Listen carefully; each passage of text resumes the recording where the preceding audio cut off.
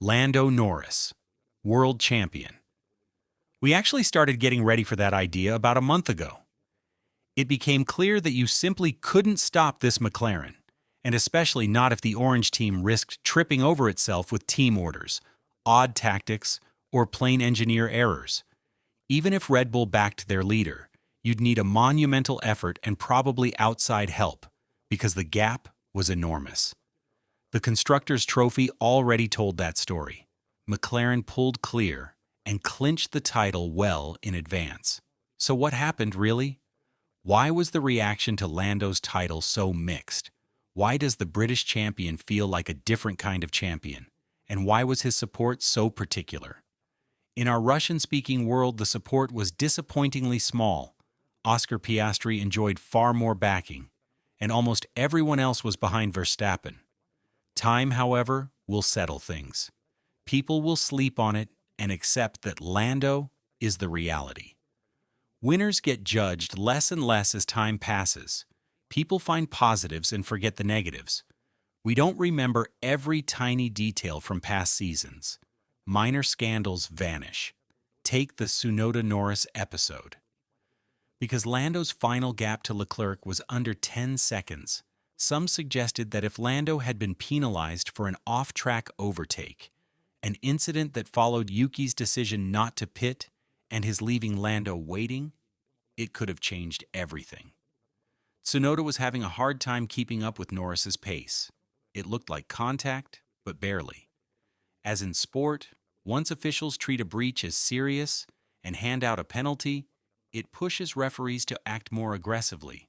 The race becomes less conservative. There's a strange equalizing logic. Punish one rival, and you feel more justified punishing another. So the 10-second story is a small thing. A year from now, almost no one will remember it. Right now it looks huge, but the real decision was on Saturday. The starting order was set, and it was very convenient for Lando. If Piastri had been second instead of third, it could have been different, because the first corner at Yas Marina is straightforward and not trap-filled.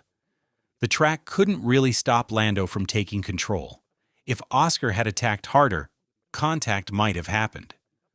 Max starting first, though, was actually helpful for Lando. Max's speed is undeniable, but starting on pole and launching brilliantly often means disappearing into the distance. Could Max have deliberately held back? Possibly, but that rarely works. Those motivated to be faster will be faster. Massa and Hamilton know this well. Drivers unrestrained by pace clash mentally with someone who doesn't need that extra speed, like Lando. For him, starting third was perfect. Piastri would have pushed for the win, which would have suited Lando. He needed third. It was funny that on Saturday not everyone recognized that the three title contenders would occupy the top three spots. The pace gap was visible in all qualifying sectors, and that realistically, they were the ones to decide the title. The race ended up exactly as needed. Lando third. He didn't have to be flashy on the opening lap. The main rule was, don't finish below third. It was an order of magnitude simpler than Rosberg's 2016 battle with Hamilton. Rosberg had far more mind games and strategic tools at his disposal. He was Mercedes' star. Lando's situation was much simpler. This title was basically decided in qualifying. Only a safety car or a Latifi-style incident could change that. Those things could have had an impact, and Piastri's team were probably hoping for a late safety car or red flag to reshuffle things. Verstappen, however, rarely relies on luck. He needs a teammate to help, and Red Bull didn't have a teammate who matched that pace this year. Perez's help in 2021 was the gold standard, but this season Verstappen had to take things into his own hands, and it wasn't enough. All those nitpicks. If Antonelli had held on in the previous race, would it have been harder for Norris? They're small things. This final had to be big, and it was. We saw record online viewership. The internet amplified everything. Liberty did what was needed. This was their season. Thanks as well to the FIA. Months ago, people thought McLaren would stroll to a 1-2, and instead the season went down to the wire. Why is this title special? It's unique. Recent championships fall into types: the blockbuster last-minute title, the character-driven conquest, and the cozy home championship. The latter is the one drivers love: calm, controlled, almost comfortable. Hamilton in 2020 felt that. He was finally relaxed. Only Leclerc could have really intervened at Yas Marina, and he surprised everyone with his speed, almost pushing Norris to fourth. But Norris intentionally drove cautiously, especially on lap 1. Once the initial phase and Leclerc's charge settled, the title was his.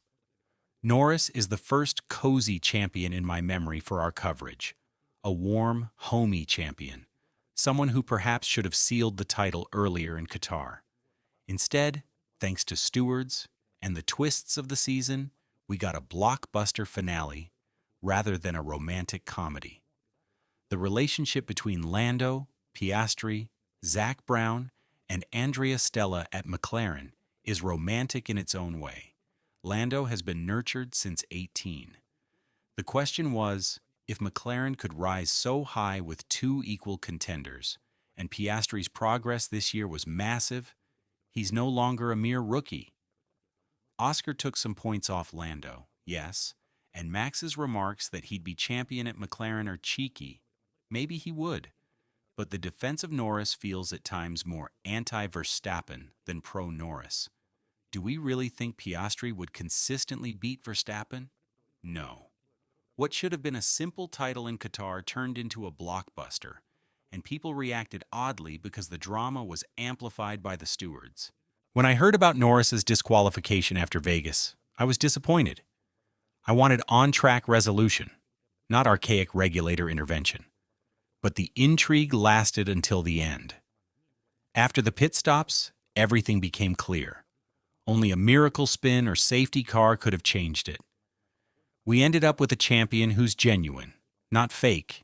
He's not aggressive and won't need to be dragged through therapy. He'll enjoy the joy of it. He cried in his helmet, which was moving. We missed some iconic photos, but the emotion was real. He dedicated his win more to a dream than to himself. There weren't grandiose celebrations, rather genuine, homely gratitude.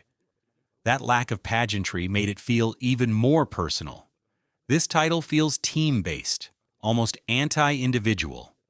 Unlike Vettel, who sometimes blamed the team after titles, Norris dedicated this to the team. He's earned it. People might have rooted for Verstappen. Fan loyalties shift. But Lando's popularity is real. In the end, I celebrate Lando Norris as the 2025 World Champion. Even those who don't like him will have to accept it. There's no alternative. Just as we eventually had to accept Hamilton's greatness in 2020 after debate, so too will we accept Lando now. A small personal note. I drank Lando Norris's energy drink, the melon-flavored Monster. It's brilliant. It's not disappointment, it's wonder. Lando is champion. I also noticed other drivers in Abu Dhabi: Hamilton, Hülkenberg, Stroll, and others. But the main story is the champion. Was he deserved? Absolutely.